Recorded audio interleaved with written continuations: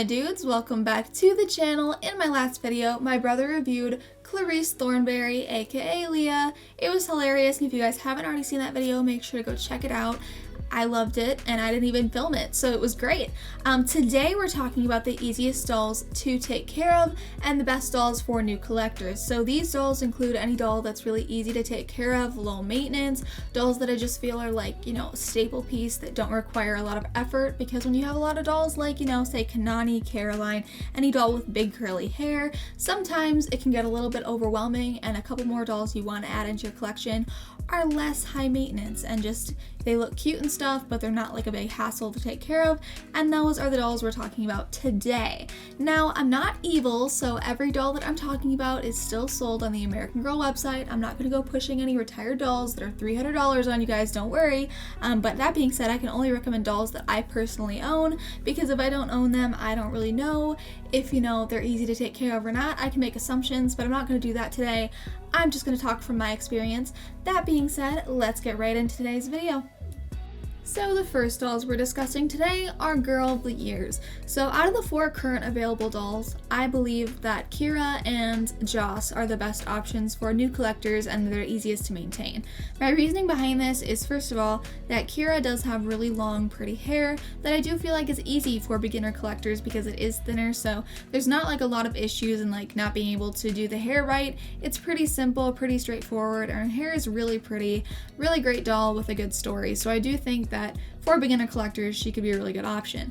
As far as Joss, I just think that she's got a lot of potential. She's got a really nice face mold. Her hair is layered, so if you are looking to dive into the world of layered hair and you don't want to dive into the dolls that I'll talk about a little bit in this video, go for Joss. She's got really nice hair. She's really pretty. I do think her hair is pretty easy to style, and overall I haven't really had to do anything with her hair since buying her.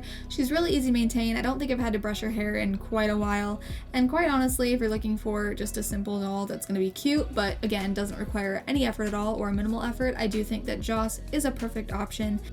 As far as the other two, the only reason why Blair and Luciana are not on this list is because Blair, I've noticed people tend to straighten her hair sometimes because her hair is difficult to manage, and Luciana because she has those side bangs that do get easily caught into her other hair, and I've personally noticed that my Luciana has some issues and her hair is just a little bit crazy, and so I wouldn't really recommend that as an easy to manage doll. However, I wouldn't say that either doll is like super hard to take care of, so either way, you can't really go wrong with any of the Girl of the Years that are at this moment current.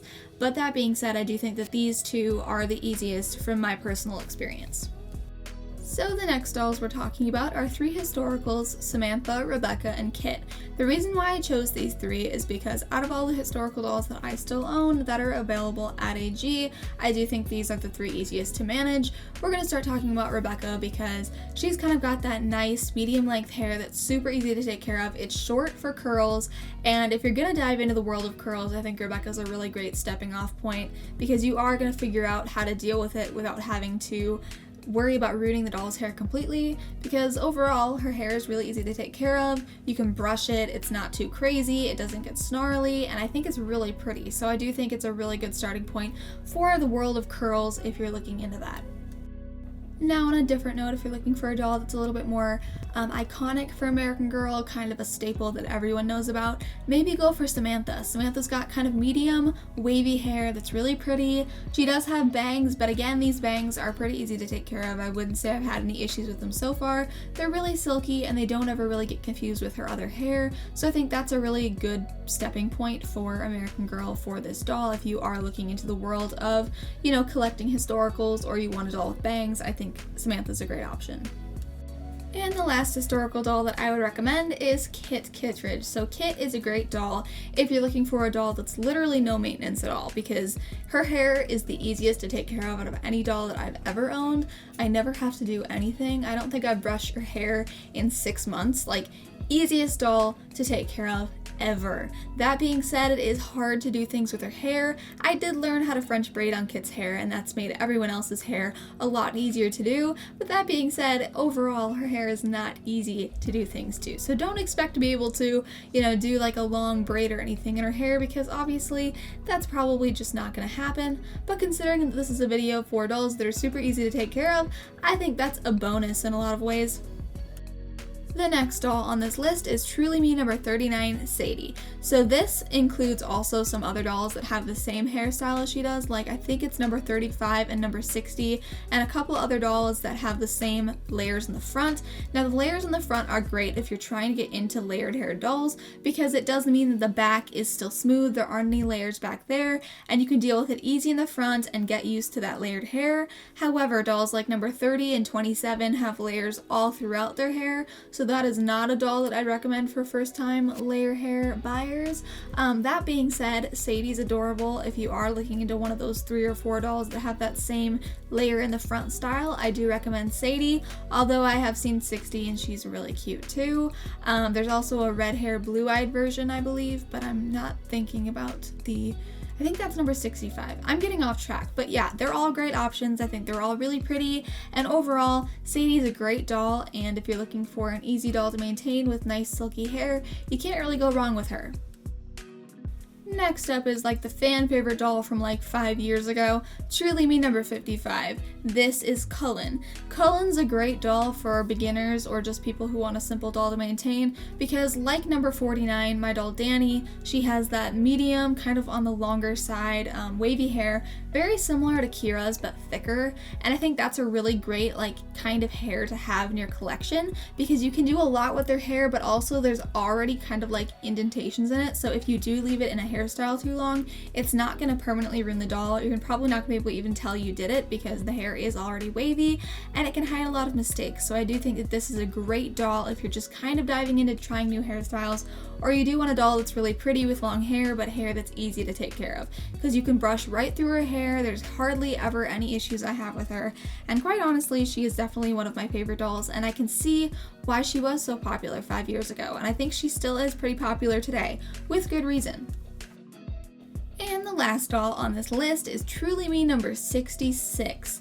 This is Cairo. Cairo is probably my current favorite Truly Me at the moment. That's saying a lot, because I am obsessed with a lot of my Truly Me's, but she is just so easy to take care of because her hair is so straight, long, there's no layers, she doesn't have the bangs like Luciana, she's like the super easy to maintain version of Luciana, her eyebrows are adorable, and if you're looking for a really simple doll that just like is gorgeous and super easy to take care of, you could do pretty much anything with her hair, I cannot recommend number 66 enough. She has everything you could ever want for a new doll collector, or if you're just looking for something simple. She's perfect. She's gorgeous. She's got really pretty skin, really pretty eyes. She's got the Josefina mold, which is of course adorable if it's not overdone in your collection.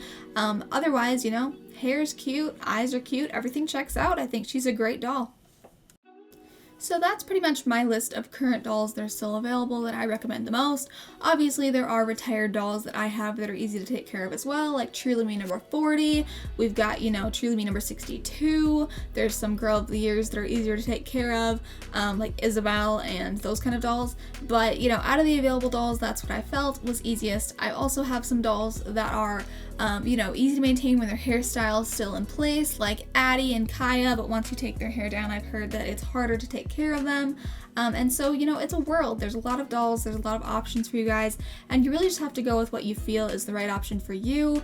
I can tell you what you want to get all day long, but at the end of the day, you have to know what doll you like, what doll you prefer, and what really would add to your collection best. That being said, I hope that you guys enjoyed today's video. Make sure to go look out for my upcoming videos, including dolls that I regret buying, as well as my doll wish list for 2021, all coming out next week. I'm very excited to make those videos, and yeah, it should be fun. And before I head out for the day, go under my pinned comment down below and let me know which doll you want to see me add to my collection next. Before I release my doll wish list for 2021, I'm just curious to see what people are thinking. And lastly, we're going to be doing some shout outs. I haven't done any in a long time, and because it's my new era of YouTube, I thought I would do this one special time shout out to whoever left comments on my last video, just some of the top comments. So, Fun with AGs, Alley Cat Loves AG, It's Chloe, Moon Dolls, It's Sylvia and YT, Beauty with Becca, Denise 8, April Myron, Stacy and Co, Kenna Sullivan, Lizzie's World, Lizney Hart, Tiny Dancer Studios, and The Weird Queen. Those are all the shout outs I'm doing today. Thank you guys so much for commenting on my last video. If you guys enjoyed today's video, make sure to give it a big thumbs up, leave a comment down below, and I will see you guys all in the next one. Bye guys!